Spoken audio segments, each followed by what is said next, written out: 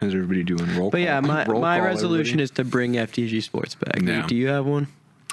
I want to rap more. No, I respect that. Cheers to that. Yeah, usually we only have one cold open a week, but this week we're having two.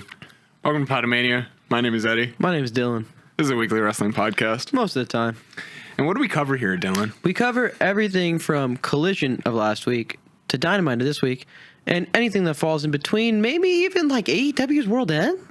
Exactly, Dylan. That's exactly what we're covering here this week. We're covering AEW's World End. We're actually not covering any of the weekly shows this week because it's a weird week. It's Tuesday. It's Tuesday. It's New Year's. So happy New Year's. Cheers to that. Celebrate with us in the future. And go ahead and like and subscribe and comment what you thought about World's End. And please follow us over on Apple Podcasts And Spotify. We do a little bit of stuff over there too. You can comment. It's the same exact thing. Don't tell them that. You have to make them think it's different. You do get to leave cute little reviews over there on Spotify. And I'd love to read a cute little review. Which we'd appreciate. If you leave a review on Spotify, I'll read it on the podcast. That's something we're looking into. But we've looked into AEW's World End and all of its wonders. And It was a show all time. And what it has ended with. I think all ends come with beginnings, and we should start with things that we don't usually cover here. I want to talk about the pre-show. I want to talk about one specific match on the pre-show, and that was the Sisters of Sin defeating Hyan and Maya World. Both talents who stepped up in the last couple weeks in the absence of Nixon Newell and Miranda Elise, and have really filled in their strengths with matches in Ring of Honor. And shortly after this pre-show match, and before the pay-per-view even started, they did get their All Elite graphics. So congratulations to them. I do know that they have some sort of reputation from like DPW and some of the indie shows, but if I'm being honest, I haven't followed them too closely. I'm looking forward to seeing more from them. Big time congratulations. I didn't get to catch the match. Yeah. I was doing stuff during the pre-show, unfortunately. I didn't see any of the I heard the pre-show was actually really good. Usually they are, and usually it's like we don't have to cover what happens in the pre-show a lot of the time. I'm hoping we get some sort of semblance of a Eddie Kingston on the main card in the new year. Eddie Kingston's only been. I have a good one. What's your AEW resolution? Like, what do you want? What is your thing like that you want to see more of from AEW this year? Use of younger talent. I think we discussed about that last week. And I just want people like Jet Speed and people like Hyan and Maya World. And, Eddie Kingston isn't young, but damn it, put him on the card.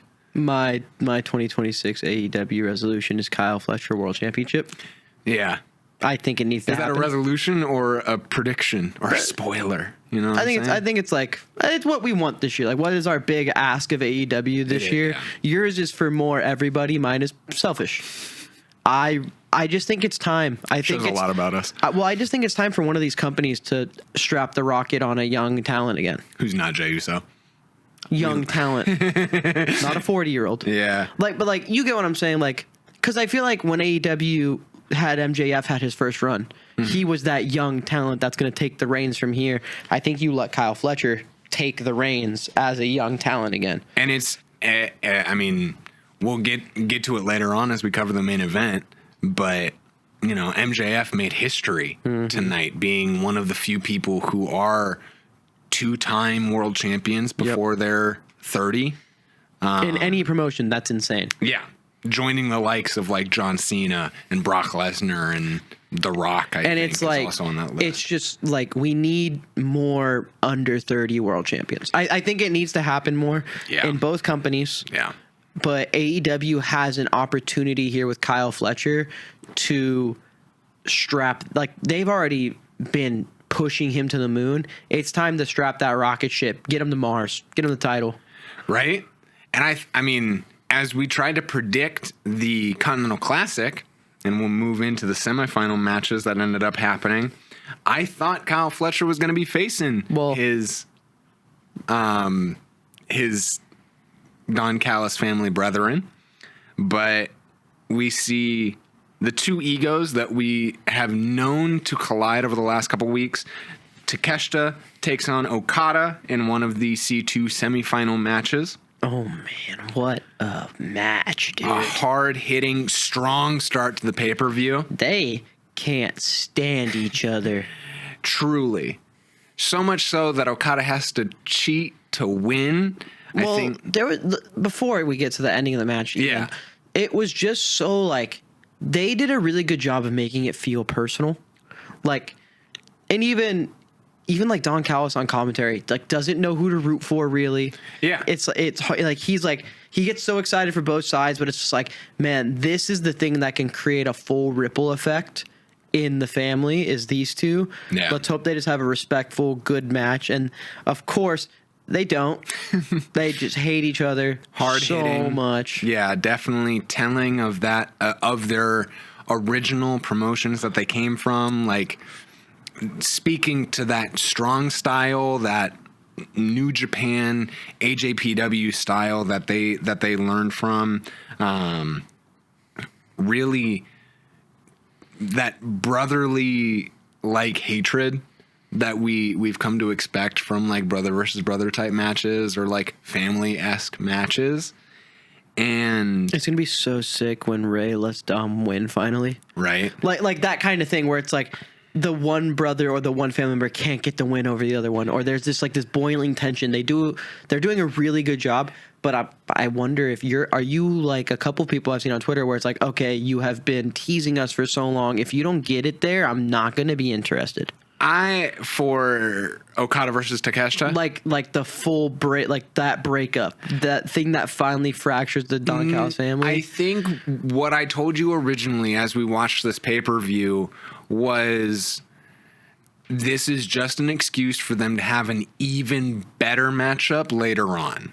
Wait till the gloves are off, and it's a no holds barred. It's not it's not associated with the Continental Classic at all. There's no time limit.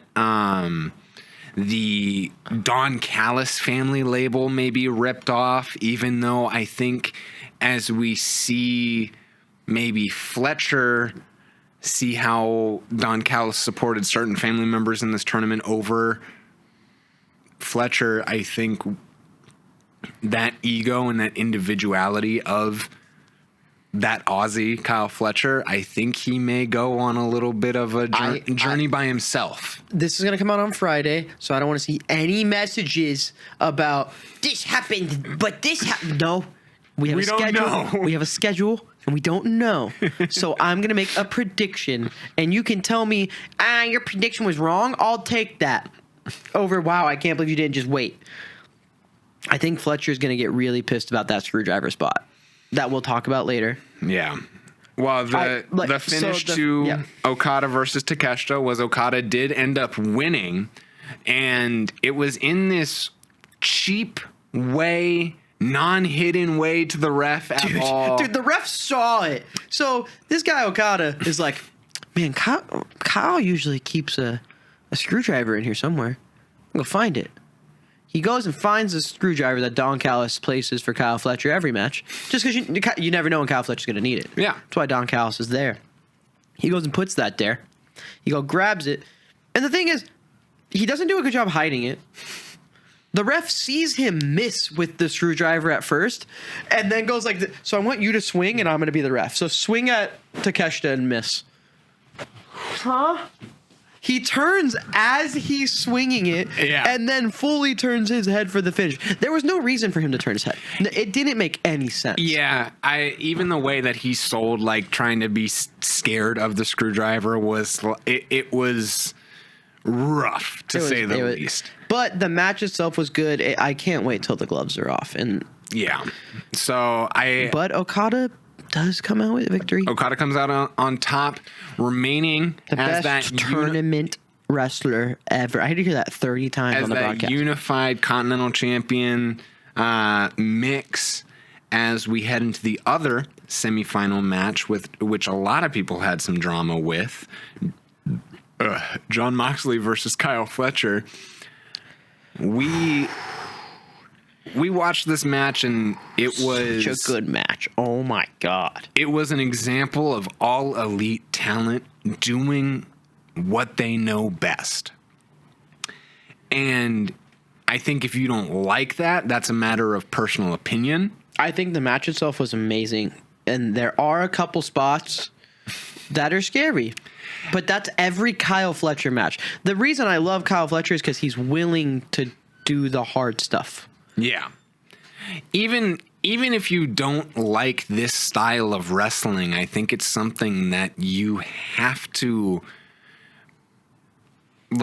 Respect. take your hat off, respect to these guys who are willingly putting their body on the line for a style of wrestling that they prefer and or enjoy more to do. These independent wrestlers, I think the joke is that the people that aren't signed to the WWE or AEW do some of these crazy spots that you would never think of for a hot dog and a handshake. And well, people do, and then they get to AEW or WWE, and then they slow down. Or they don't. Because they want to stay safe. Yes. And they're like, oh, I'm paid now. I can't lose this job. I can't get injured. And Kyle Fletcher is just like, drop me on my head. It's a matter of figuring out how to astonish the fans without putting your safety increasingly on the line each match. And this match was hard hitting, to say the least. Like, Jon Moxley chipped his tooth on the. He didn't even. His lisp at the end was awesome. He fell into the steel steps. It wasn't even Fletcher's fault. Yeah, it was his own fault that he chipped his tooth, and that's the funniest part. But there was a certain spot towards the end of the match where Jon Moxley is attempting to do this avalanche driver off the. You ruined the entire clip. That's nuts. I had to pee so bad. You have to pee? I'm about to piss myself. Can I call a timeout? That one hurt and made me have to pee. Can I call a timeout? I need you to keep chugging the beer in, though. We'll get back in where you were. No, yeah. I had to pee so bad. Oh my god. That hurt.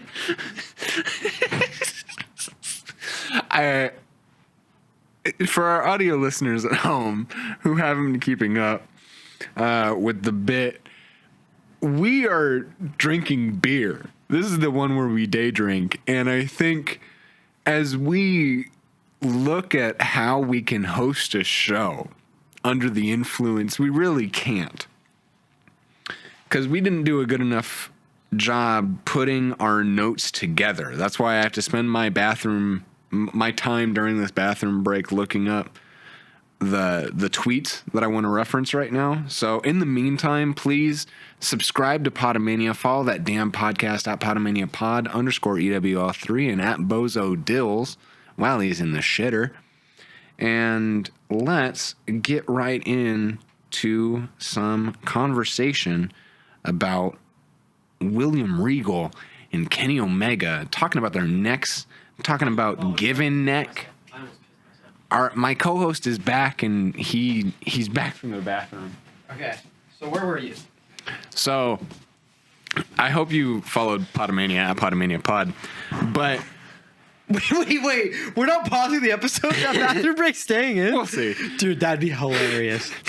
But I wanted to talk about one of the final spots in this matchup, Jon Moxley versus Kyle Fletcher, as he went for a avalanche death driver. I'm not exactly sure what the move was, but it's brought a lot of attention to WWE audiences, people who hate AEW, people who hate violent wrestling, and the word of one William Regal, ex-member of the Blackpool Combat Club and, mentor of John Moxley. He says, and I quote, "I stay off here, but was alerted to something today that was alarmed me.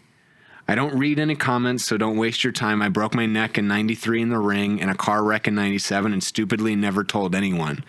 It's a skill that maybe 99.9% of people don't know or will ever learn anymore. I kept going somehow, but knew all the tricks. Then again, after Misawa passed from his neck problems, I thought it would stop this nonsense, but it got worse.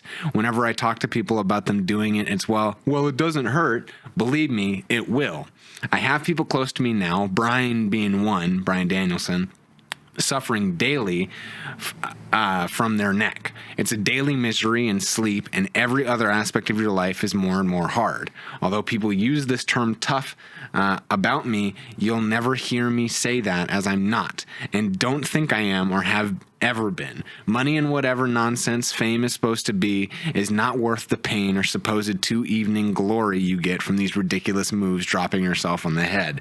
The vast majority of fans don't know the difference between a vertical suplex and a brain buster, and it's a far tamer move than many I see now. I'm 57 and become less relevant every day, but fame has never been my thing, so most of you doing this stupid stuff are not going to listen to me, but hopefully a few do. Stop it now if you want a decent quality of life after wrestling, because that part of your life will be over before you know it. And wrestling done right is hard enough, but broken necks or death are not something you should think is tough or cool. It's idiotic thinking, is what Sir King William Regal had to say. I respect what you're saying. I respect everything that he said right there. But also, I think they go into these matches and they go into these spots with that knowledge. I think they understand what they could be doing to themselves, and I think it is a conscious choice by the wrestlers. I don't think, like he said, there's not the 99% of people. There's also the 1% that are good enough to do it, and there are the 1% that are safe enough to do it, and I think the two people in that match are in that 1%. I think there are people lower on the card, and I'm not going to name names, but I think there's people lower on the card I wouldn't trust to do that spot. Mm-hmm. But I think Fletcher and Mox, I think these guys know what they're doing, and I think that we don't know, there could have been a miscommunication there. That could not be of how that was meant to go. Very possible. We don't know that. We had one of the, I hate calling him this, one of the 1%ers out of the 99.9 that may do it. It was Kenny Omega who replied to Mr. Regal saying that regardless of timing or perceived intent, the general messages from Mr. Regal remain a positive one. Tribalism, whataboutism, and other isms aren't needed here. Safety often takes a back seat when a wrestler is locked in and actively chases the dragon. We all sometimes need a voice from afar to tether us back to reality and tell us that the risks have consequences. The odds aren't in our favor, and none of us will walk away unscathed. This isn't company versus company or wrestler versus wrestler. This is about a general awareness and a knowing that about the cost of what we do is directly related to the amount and severity of risks that we take. Keeping that in mind, as athletes, we aren't all created equally. As responsible adults, we need to be realistic and know our own physical limits. I'd have to give my head a shake if I wanted to try a twisting shooting star, but I'd never say a word to Pac. I'd look at all this as great food for thought, something to always be contingent of. It shouldn't be about making it a competition. Thank you, Mr. Regal. Yes, but that's what I'm saying. Kyle Fletcher, where was that tweet when him and Will Ospreay did a Spanish fly off the top of a cell? I think that message isn't there. Yes, I understand it's different. It's a neck injury. Yeah. But you're telling me that he couldn't have broke his fucking neck jumping off a cage. These guys are people. It's just like he said. Mm-hmm. I don't expect Mark Briscoe to get up there and do what Pac does. Yeah. Just as I don't expect Pac to go out there and do what Samoa Joe does. Yeah. Right? These guys are all different athletes. They're different people, and they know what their body can handle. I do agree that I think AEW at times does go a little overboard with the dropping on their heads. I think they have a lot of suplex spots. Head, neck concerns, and spots of that matter, as well as just You even brought it up in one of these future matchups where you just didn't like the violence of AEW, which is fine. They push the limits of what you can put on pay-per-view, and that's what their thing is, though. You have to walk into this for the sickos. You have to walk into AEW and understand that, hey, this is closer to indie than it is WWE. This is going to be different. It's its own genre. Like, there's two. This isn't WCW, WWE, where they were putting on the exact same type of matches, just in different companies. These are two separate entities that wrestle different. And I think as we look at that competition between WCW and WWE, or WWF at the time, WWF ended up catching a victory over WCW by doing what WCW did, but better. Yes. Because they had the same writers, or they figured out how to do it in a way that made sense to them. I don't think that's what they necessarily want to do. Because I think if AEW, or I think if WWE, tries to copy whatever AEW does, it's not going to work. It's not going to work because that's not your audience. That's not your audience, and that's not your training style. I think you haven't, like, the thing about AEW is they're all indie trained wrestlers. They have all done it their own way, coming up on their own style. That popular second option. Yes. To see, I don't even want to call it deathmatch or violent wrestling because that would push people away from it, but a more hardcore, aggressive. Yeah, aggressive is probably the least aggressive way to put these style matchups, but it's nice to have this alternative. I think the cool part of AEW, I think ECW did it too much, and I think AEW does, and maybe not enough at times, of reining in the violence compared to the actual sports entertainment of wrestling. And that's why it's fun that there's two companies that are this good and have this elite of talent. If I want more story driven, matches aren't as athletic and aggressive and in your face, I'm going to go watch WWE. But if I want better match quality and I want different match types and I want a little bit more of an aggressive style, I'm going to go watch AEW. Yeah. And wow, what Mr. Regal said is completely correct.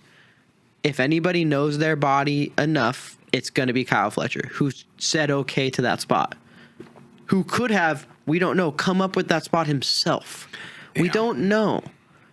They really... And I think everyone getting all hissy and pissy about AEW athletes getting dropped on their neck either haven't watched it or are so sensitized because they didn't just... Those moves growing up on WWE, you don't have...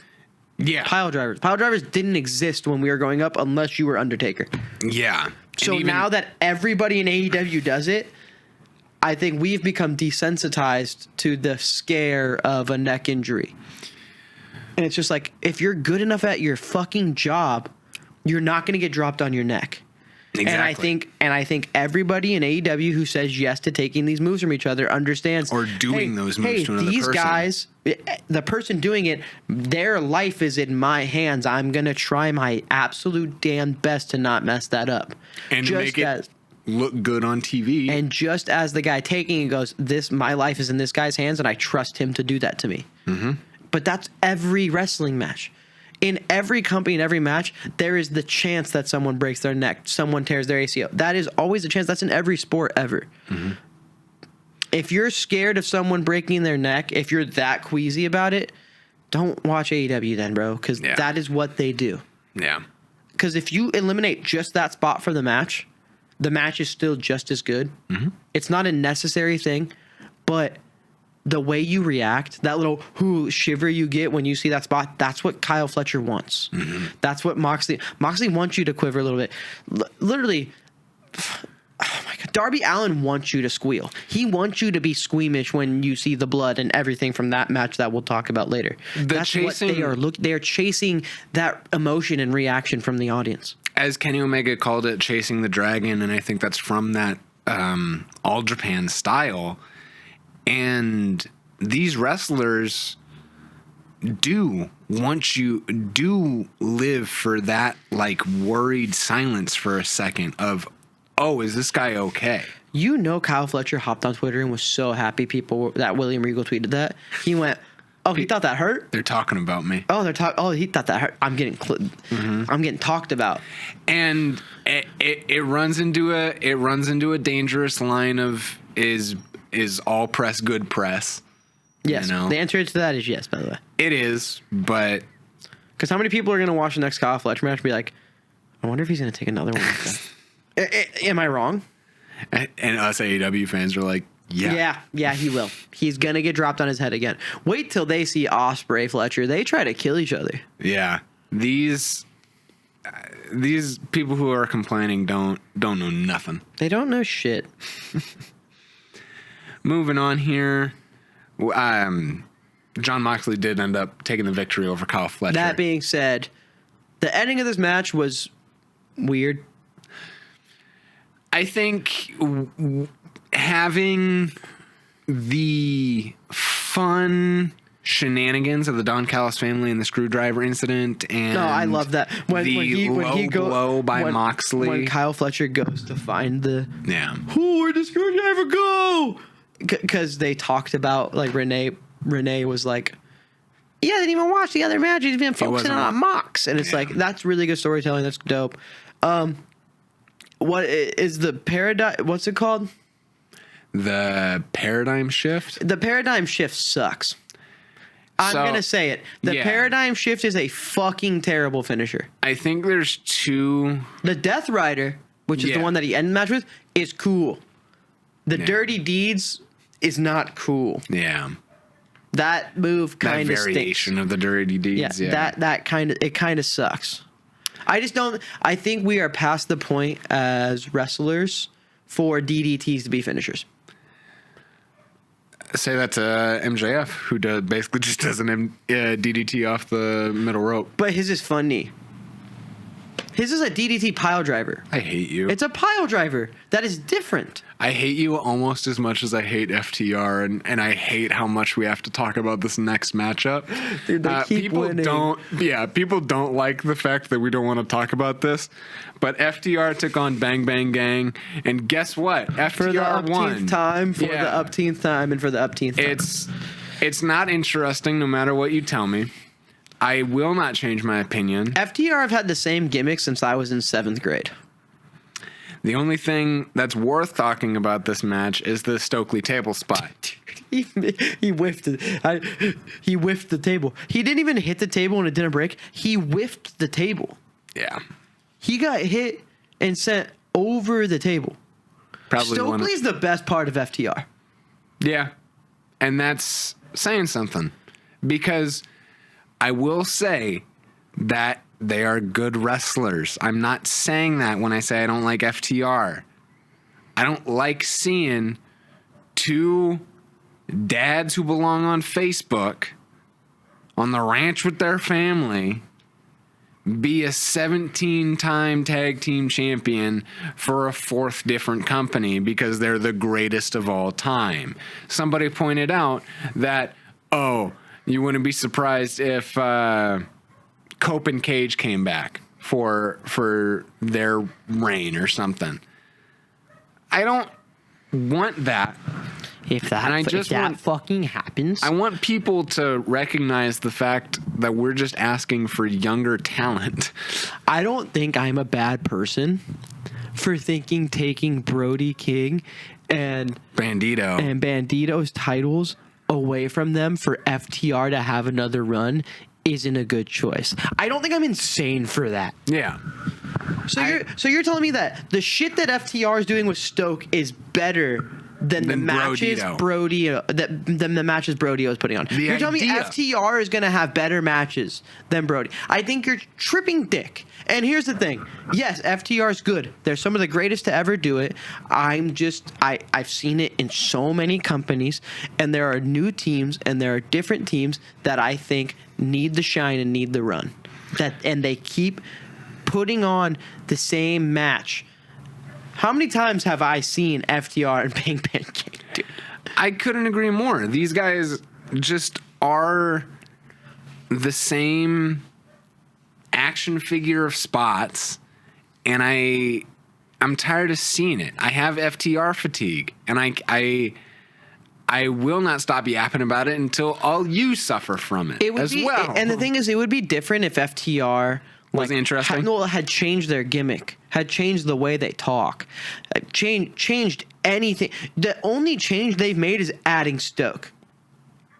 They've changed their facial hair like a couple times. One of them got arrested for having a gun on him. Make that a thing. Yeah. Make the thing be he's a fucking gun carrier. Change something. Because FTR has been the same. Again, like I said a couple minutes ago, FTR has been the same since I was in 7th or 8th grade, dude. They've been the exact. They haven't had a gimmick change. They're always this in-between face and heel because no one cares what they are. I don't care if you're a face or a heel because you're just FTR and you're just... Their whole gimmick is we're better at wrestling than you are. And it's just like, okay. And that's just not true and it's either. Not true anymore. That's the thing. It's like they're great technical wrestlers, but it's that gimmick of being old school style people. I think there was an interesting flip on that when we saw the Outrunners. I was saying, dude, if FTR showed up in Marlboro trunks, I'd be all in. Yeah, something. You're just the old school cranky dad tag team. That is your whole gimmick. Yeah. And you added Stokely because he's funny and you like to laugh at him. Not with him. Stupid. We know. Oh, and the thing is, I know on Saturday or Sunday, I'm going to open up the fucking comment section. Or I'm gonna be at work break on my work break on Monday, and I'm just gonna see someone be like, "I can't believe you guys don't like FTR." It's like, dude, how much more do I have to explain myself other than saying what I've said? I've said my piece on FTR. They're not bad. They're just not. I'm not entertained. I'm not sports. As Simon Miller would say, I am not sports entertained by them winning. Yeah. And then people in the comments are like, oh, their promos have been good. Name 3 things they've said on the promos in the last month that is different each promo. They sound the fucking same, dude. Yeah, nothing's cutting edge with them. And they're not pushing the limits of wrestling. And And I get that you want some, like, I guess the contrarian thing to say would be like, but like, if you're going to reach so far with, like, MJF and Adam Page at the top, and then you have Ricochet, like, you got to have one base normal. No, you don't. You're AEW. You don't have to have this classic style. You don't need to hold on to professional wrestling. Yeah. Like, you had Danhausen signed and you did nothing with him. The fuck? You're holding on to professional wrestling? Like, you're holding on to FTR because they're this old school, and they're not even old school. Like let's be real, they're not even that old school. I'm over it. And I know I hate that I feel this way because I would love to love them, but I just don't. They happen to be friends with, like, Arn Anderson and Tully Blanchard. They just happen to love the Four Horsemen. It's like, it's not cool to us. And I don't know if that is because we don't have an appreciation for that style or what. Probably. Because, I mean, the closest I got to that style to really enjoying it was, like, Harley Race. Yeah, we'll be one of those podcasts. We'll throw... Hey, you 20-year-old, you like Harley Race? Hey, you 20-year-old, I know you know who I'm talking about. Yeah, why don't you like these guys? They were inspired by Harley Race and IWA. Why don't you like and these guys? Southwest back when... I was going to say back when wrestling was racist, but if you're watching WWE, nothing has changed. You guys don't appreciate Bruno Sammartino? No, I'm fucking 25 years old. I am the same age as John Cena's career. I don't give a flying fuck about Arn Anderson. I don't. What I do give a fuck about is my girls. My girls. I do care about the Babes of Wrath taking on Mercedes Moné and Athena in another successful title defense for the Babes of Wrath, adding to the suffrage of one Mercedes Moné. Her life is spiraling out of control, and it is... Did you see her face when she lost the... She was distraught. She was in shock, distraught. The match is. I'm gonna say it every time we have a Mercedes Moné match. She is so good in the ring still, and it's surprising. Every time I tune, I'm like, oh, here comes Mercedes. Oh wait, I forgot she's really good. And then she has Athena with her. I think this women's tag division is really fun. And I know we shit on it super hard, but I think the reason we shit on it wasn't because there's a women's tag division. It's because of the length of time. Yeah. This match is why I love this division. Because Athena and Mercedes Moné don't really go together, but this match was worth it. And it's not a throwaway match. Now these women's tag matches aren't throwaway matches. They mean something. That you go up the rankings of the women's tag division. Like now that match type matters. Because before, yes, it mattered for storyline stuff. Yeah. But this matters for like there's a belt on the line. They're chasing something. And Mercedes Moné is chasing not losing everything. Mercedes Moné is trying not to lose everything she has, and I think while you are building strong defenses for these superstars who have been around for a while, like, Willow Nightingale and Harley Cameron, who finally get some gold on them to secure them as solid superstars, these losses that Mercedes Moné is taking. This is what a day episode is, man. I know. This is what day drinking does to a motherfucker. I want to fucking kill that dog. I want to strangle that dog. I want to throw that dog like Moxley through Kyle Fletcher. I want to break that dog's neck. I'm about to go out there and tell my neighbor to shut his dog the fuck up. But yeah, like adding to the losses of Mercedes Moné, who vowed to stomp Willow the fuck in on Wednesday. She said that fuck word. Yeah. Dude, and then she closed the door and started screaming like me after I lose a fucking ranked match. It's crazy. She closed. But dude, that promo she cut after losing later on the night was really good. We've been talking about Mercedes Moné a lot. Let's talk about the actual champions here and the winners. Oh my god, they're so fucking good. Yeah. They are so good. Yeah.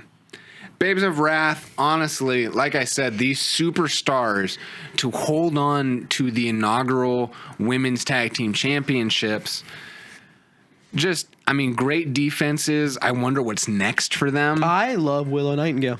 I worry. Everything you told me about her, you were right.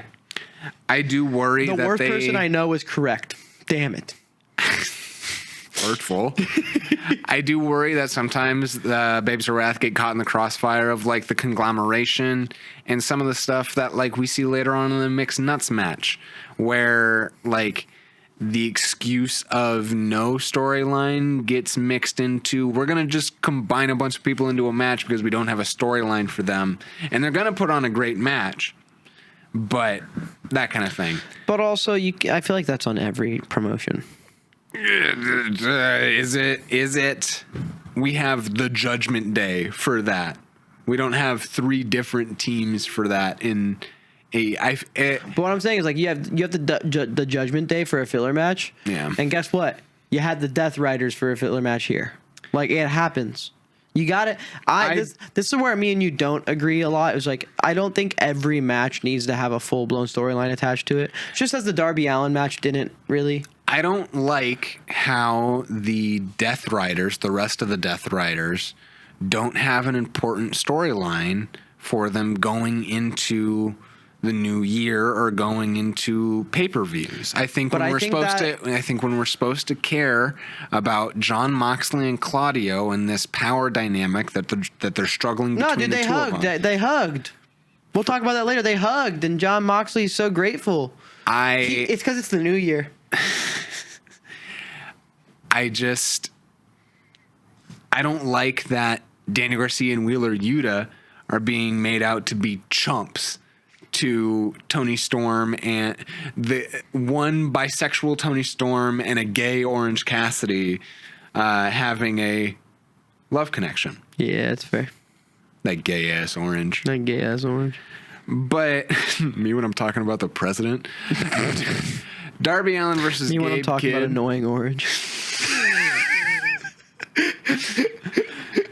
Yeah, so the faces won, by the way. Yeah. Like, duh. The Death Riders weren't winning that. Yeah, Babes of Wrath won. The conglomeration with Roderick Strong and Tony Storm won in their mixed nuts match. The funniest part was at the end when Mina comes out and she gets spun and Orange Cassidy gets spun. Her, and then Orange Cassidy's like, what about me? And then Tony Storm spins Orange Cassidy. That was fun.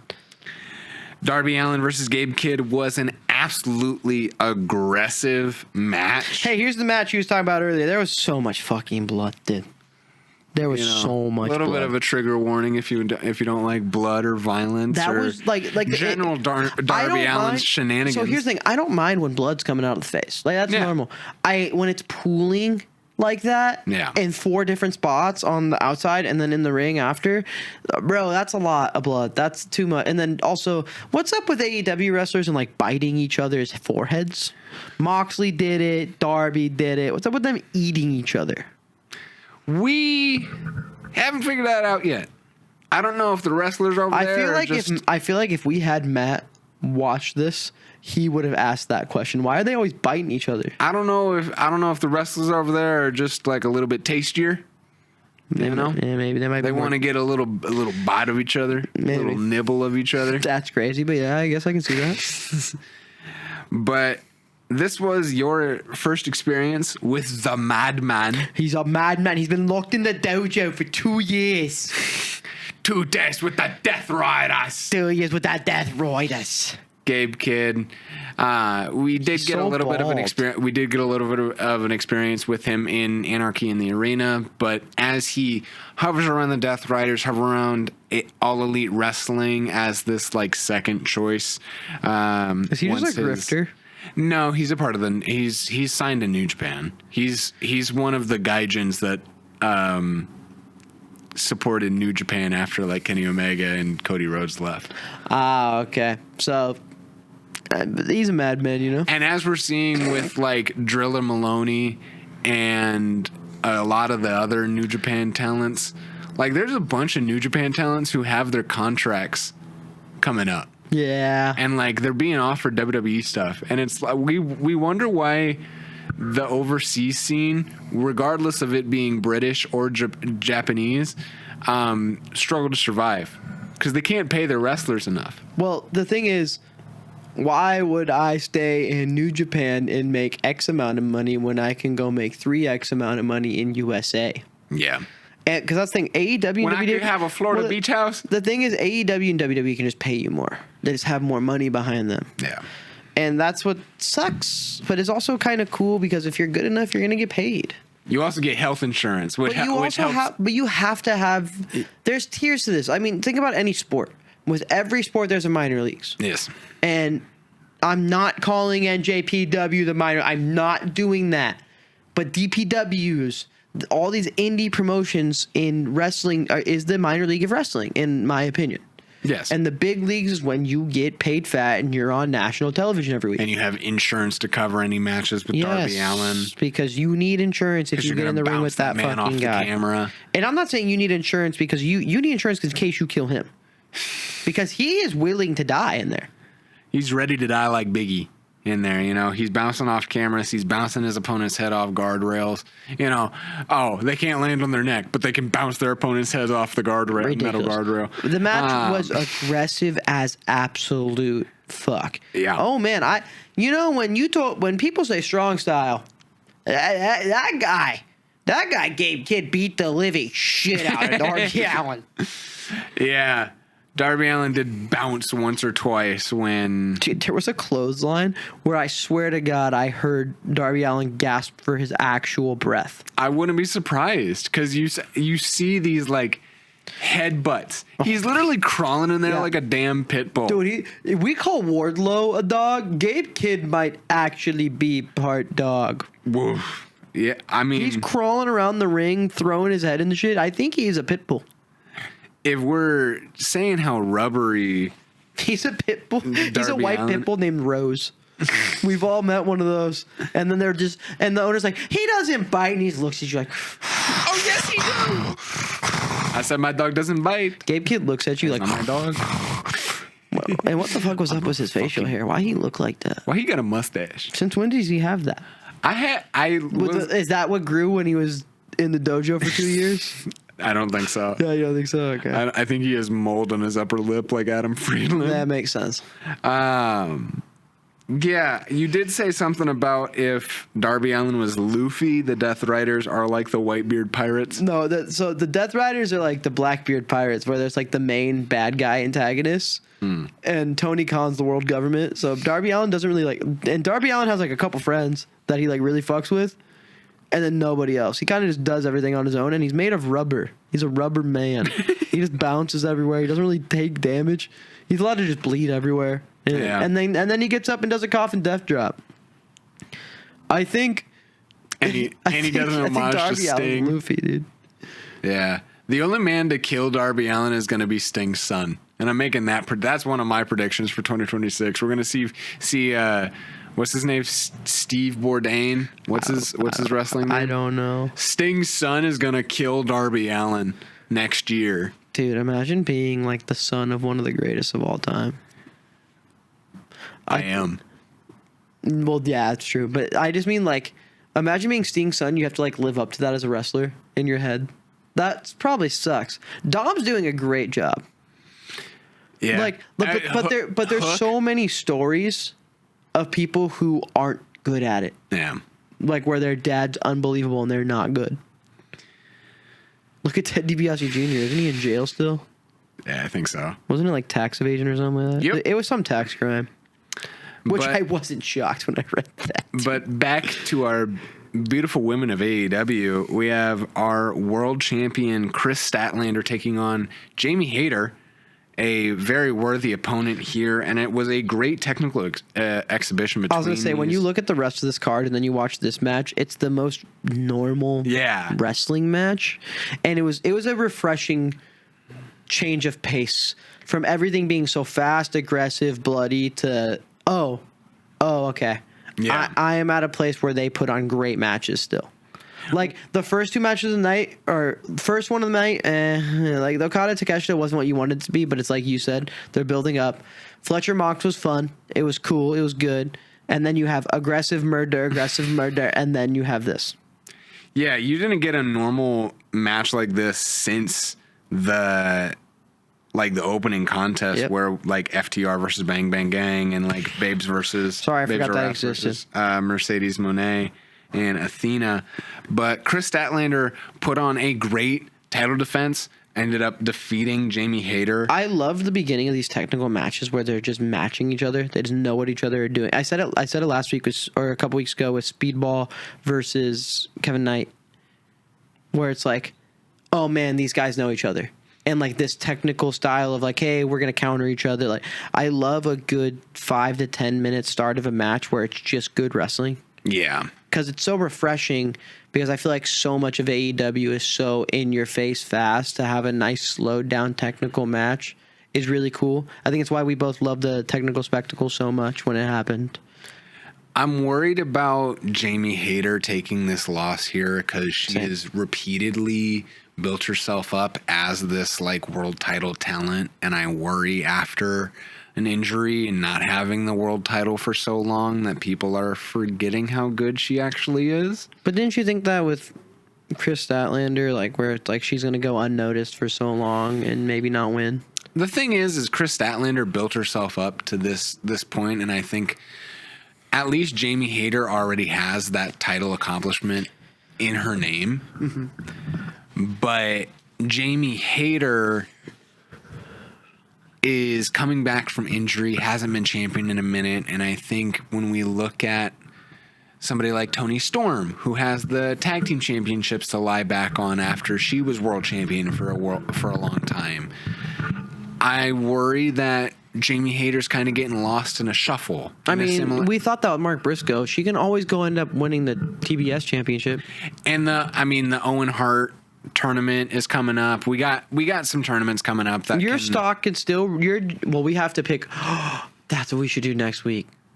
next week we should pick our wrestler stock for the year. Oh. And like we have to pick who we think's gonna do good and bad. We should short a wrestler. Who do we think's gonna fall? Dude, I'm actually down to have 2 buys and 1 short next week.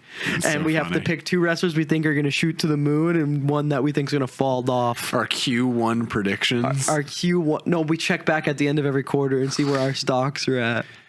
But yeah, overall great defense for Kris Statlander. I'm hoping for the best for Jamie Hayter. I'm hoping that she doesn't fall down. Like, it's just a worry of mine. And we had Don Callis cut a promo before the C2 finals, really basically saying that he doesn't forget what Jon Moxley did to him 3 years ago. Jon Moxley put this scar on my head, and now my boy Okada is gonna kill you. That's where you're supposed to say, bitch. Bitch. Thank you. And then Moxley cut his little promo too. They did the cool little promo before the match thing. Well, before the finals of this tournament, and it shows how much it means to both of these competitors, both of these teams who have showed their best competitors. On the Don Callis side, you had Takeshita, Okada, Fletcher, Josh Alexander, and then you had basically every dude from the Death Riders. Yeah, like you had Claudio and Moxley, and I believe Daniel Garcia was also in that Willow Yuta bracket took a as break. well. But really, I think this is setting up for something we see. We're gonna get into Moxley versus Okada. I want to This get into match Moxley was Okada first. awesome. And I'm gonna tell you what I'm thinking is gonna happen. Well, this match was really good. It's the first time you've ever they said it 20 times on the broadcast. It's the first time you've ever seen these guys match up. It's the first time you've ever seen these guys match up. Absolutely, And it was so good. They beat the living hell out of each other. The spots where they were like, when they both just stood in the middle of the ring midway through the match, started beating the hell out of each other, was hilarious. Yeah. So good. Moxley hitting Okada's finisher. Just these things that, like, you expect to see, but when you actually see it come to light, it was really good. These guys are so amazing. And Jon Moxley spins and like a fucking dog. like the Tasmanian Devil. This guy thinks he's a Tasmanian devil. Also, why is Okada kicking out at 1 that late into the match? That's fucking crazy. No selling the finisher you didn't like, the No selling the paradigm shift. which honestly, good. Okada was getting too cocky, too ahead of himself. Moxley actually turns face through this match, and honestly throughout Does he though? through this C2 tournament, I think we see this appreciation from Moxley in his competitors and in this like spirit of AEW, which he comments on after eventually taking the win over Okada Congratulations. and making the unified belt non-existent. The Continental Championship is his. But Moxley did say that his faith is restored in the AEW talent as he faced those like Roderick Strong and all those other brethren in AEW throughout the C2, the elite of the elite, as he called them, the people who give 100% of the time. I guess this is a face turn promo. He's not he's not putting people in body bags. He's not keeping, I don't know, dude. But he's the not thing keeping is, the world but title. the thing is, He never said sorry. If on Wednesday he threw Darby Allin in a body bag, we'd be like, we're back to normal Death Rider shit.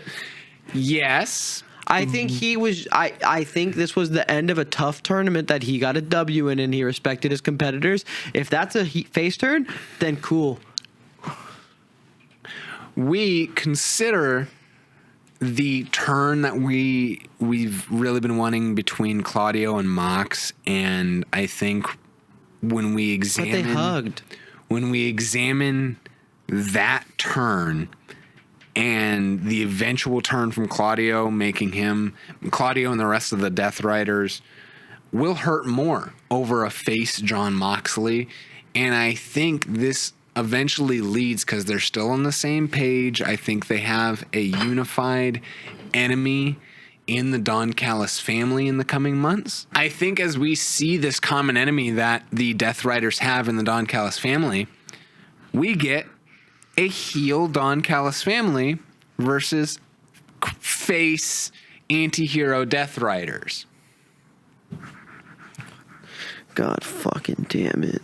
God fucking damn it. You're just not down to dream with me? I'm not down with that. I'm just not. What do I get out of that?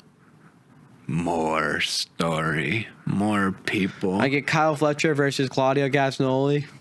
Yeah. Kyle Fletcher versus Daniel Garcia. I need fucking Kyle Fletcher versus MJF. I need him in that echelon of people. I know. No, but truthfully though, I don't know where they go with this. I understand there's a quote unquote common enemy, but is there? I don't think there's anything between them. All he did was win the tournament. Like, you get what I'm saying? Like, I don't think that there was anything in particular that made Don Callis family versus. They're just mentioning how Don Callis is still taking note of what Moxley did. But that's 3 years that's ago. what he says about everybody. He always has something to say about everybody. But long-term storytelling possibility. Dylan, please walk with me, dream with me just a little bit.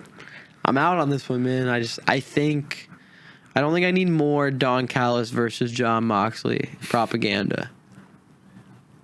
I think I want to see new things. I just got to see Kyle Fletcher versus Moxley. I don't need to see it again. Okay, would it help you if I told you that I just got to see Okada versus Moxley. people are trying to plan MJF versus Will Ospreay at Allin? All right, you got me. So No, you got it. All right, you got me.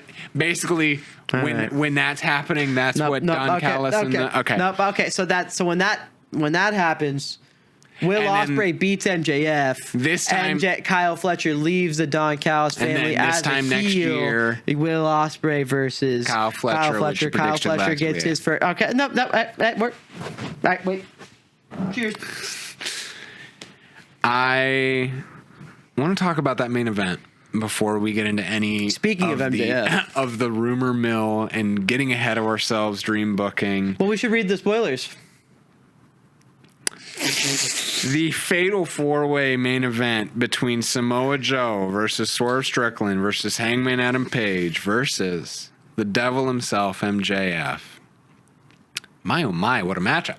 Oh my god, that was awesome. That was so fun. It's everything you want from a multi-man AEW match. Definitely did not disappoint us like some of these previous multi-man matchups, especially at like last year's World End. It wasn't the same exact matchup from the triple threat earlier this year. We see how I just wonder where they go from here. Honestly, I called it last week that there would be some shenanigans where these competitors truly just get ahead of themselves, and MJF takes advantage of that. And I think Hangman was looking for that retain with 3 buckshot lariats, but off that third one, throws Hangman out of the ring, hits the DDT finisher driver off the middle rope onto Joe, and gets his big, beautiful belt back. And before we get super deep into what the MJF win means, let's talk about some of the stuff in this match. Swerve was amazing in this match. I really think Swerve was the MVP of this match. I think he had the most spots. He had the most fun shit, which, if you had to make me guess before the match, I would have probably picked Swerve. But he did so good this match. He had so many sick spots with everybody. Yeah. The little moments between him and Adam Page where they finally got to, like, duke it out a little bit, or like there was just so much that he did. When MJF fucking faked the gritty, and then Swerve actually does it and does MJF's dick punch back. Yeah, like little things like that were amazing. Samoa Joe had this one spot that killed me where he pinned 3 people after going up top rope. He basically tried all the 3 of spot them. where MJF placed himself in front of 3 giant falling men. Why was he there? Why was he even there? But it was just funny to see Joe try to pin all of them consecutively. Yeah. That was awesome.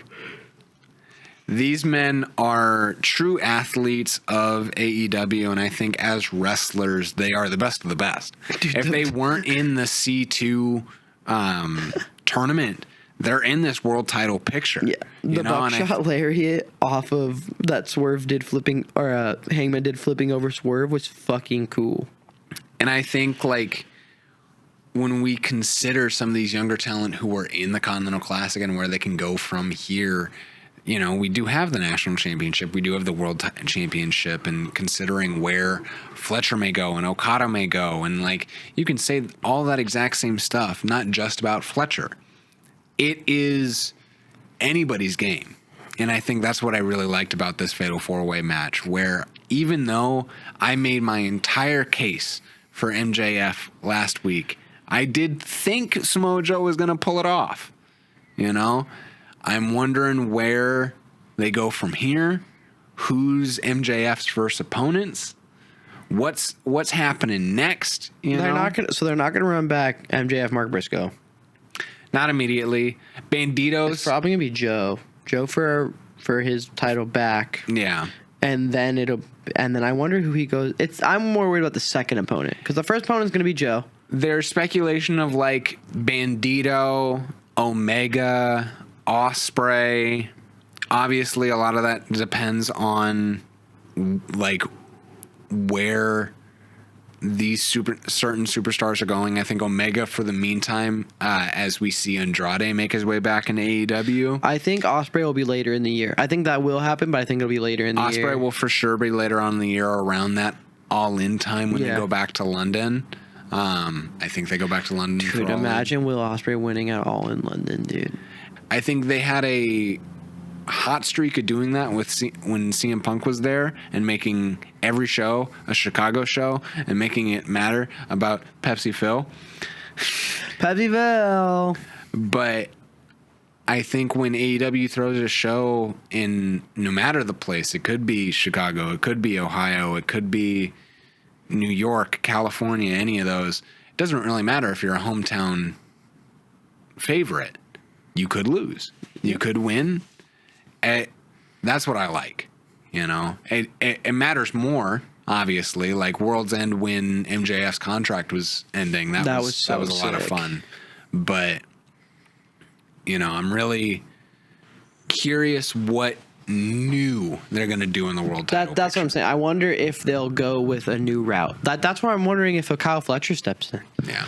Like, even if it's a heel versus heel, Kyle Fletcher versus MJF, and Kyle Fletcher loses it would be cool to see him in that scene. But I think that's the same question. Same thing with Bandito, like you brought up. Yeah. Where it's like, to see these kinds of guys in the world title scene would be so sick. Whether or not they're winning, just to see them fighting that caliber of person matters so much. Yeah. And I think that's the kind of question the audience asks us every week. How are they going to pull it off? What are they going to do next? We may never know. But we thank you for watching. Thank you for listening. Please follow the damn podcast at Pod-A-Mania Pod _EWO3 and at Bozo Dills. Like and subscribe, comment, and let us know what you thought of World's End and what your prediction / resolution is for AEW 2026. And until next time, you predict what we'll do next week. Bye-bye. Cheers.